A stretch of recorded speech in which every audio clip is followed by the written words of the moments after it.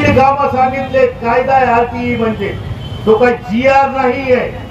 या आरटीए कायद्यानुसार फक्त आपल्याला तीन काम, ज्या कामामुळे आपल्यावर कारवाई होऊ शकते, आपल्या नोकरीवर गदा येऊ शकते, असे तीनच काम आहे. जनगणना, निवडणुकीच्या कालखंडामध्ये 3 दिवस, या व्यतिरिक्त अन्य कुठलंही काम आपल्याला कंपल्सरी नाही.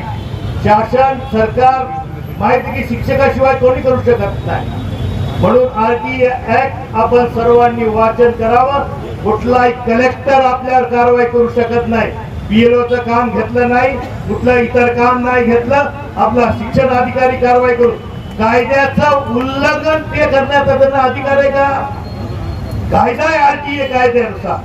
तसंच आरटीई मध्ये टीएटीचा विषय आहे, परंतु त्याच्यात परिपूर्णता नाही. महाराष्ट्र सरकारने जशाचा तसा स्वीकारला आरटीए ऍक्ट, परंतु त्या ठिकाणी अभ्यास केला नाही. यामुळे शिक्षका कोणत्या टीएटीचा त्याच्यातच आहे. म्हणून हे टीएटीचं धोरण बदलण्यासाठी एवढ्यावर आपल्याला थांबता येणार नाही. संसदेला घेरावं लागणार. या संसदेत धैर्यशील माने खासदारांना काल प्रश्न उपस्थित केला संसदेत आरटीए ऍक्ट मधला 96 जी तरतूद आहे ती दुरुस्त केल्याशिवाय टीएटी ही जो कायदा आहे किंवा परीक्षा घेण्याचं आहे ते रद्द होणार नाही. म्हणून आपल्याला इथं थांबायचं नाही. विविध मागण्या आहेत. सगळ्यात महत्वाचं जुनी पेन्शन योजना. मी जिल्हा परिषद शिक्षक आणि इर्गे सरांना जाधव सर सांगू इच्छितो, 2005 पूर्वी जे शिक्षक खाजगी संस्थेत काम करतात त्यांना जुनी पेन्शन योजना मंजूर झालेली नाही.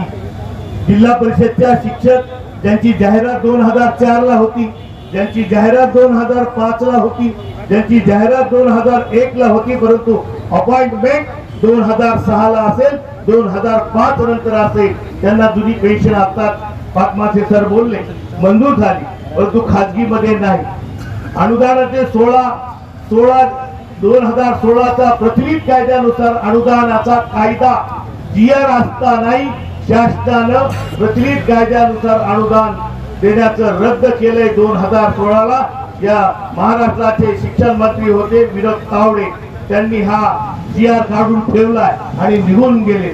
म्हणून मला सर्व शिक्षकांना विनंती करायचंय की आता भोगरे सरांनी सांगितलं की रजा, आंदोलन, सुट्टी आणि आपली पगार कपात याचा विचार केलेला करणार नाही. ते उपस्थित आपण सगळ्यांना जागृत करावं. आणि शेवटी मी एवढंच म्हणेन की स्टुडंट या सरकारला सांगू इच्छितो की केवळ आम्ही शिक्षक नव्हे, स्टुडंट फेडरेशन ऑफ इंडियाची विद्यार्थ्याची, आमचे विद्यार्थी जे विद्यार्थ्याच्या प्रश्नाविषयी लढणारे आहेत, त्या विद्यार्थ्यांनी हिवाळी अधिवेशनावर मोर्चा काढणार आहेत. त्यामध्ये त्यांनी आपल्या शिक्षकाविषयीच्या मागण्या घेतलेल्या आहेत. म्हणून सरकारने लक्ष द्यावं. शिक्षक कोणत्याही कामामध्ये गुंतू नये. शिक्षकांना टीएटी परीक्षा अनिवार्य केल्याचा निर्णय तात्काळ रद्द करा आणि 15 मार्च 2024 ची कमी पटसंख्येच्या नावाखाली शाळा बंद करण्याचा GR रद्द करावा. या ठिकाणी प्रसाद गोरे राज्य उपाध्यक्ष म्हणून या ठिकाणी उपस्थित आहेत स्टुडंट फेडरेशनचे.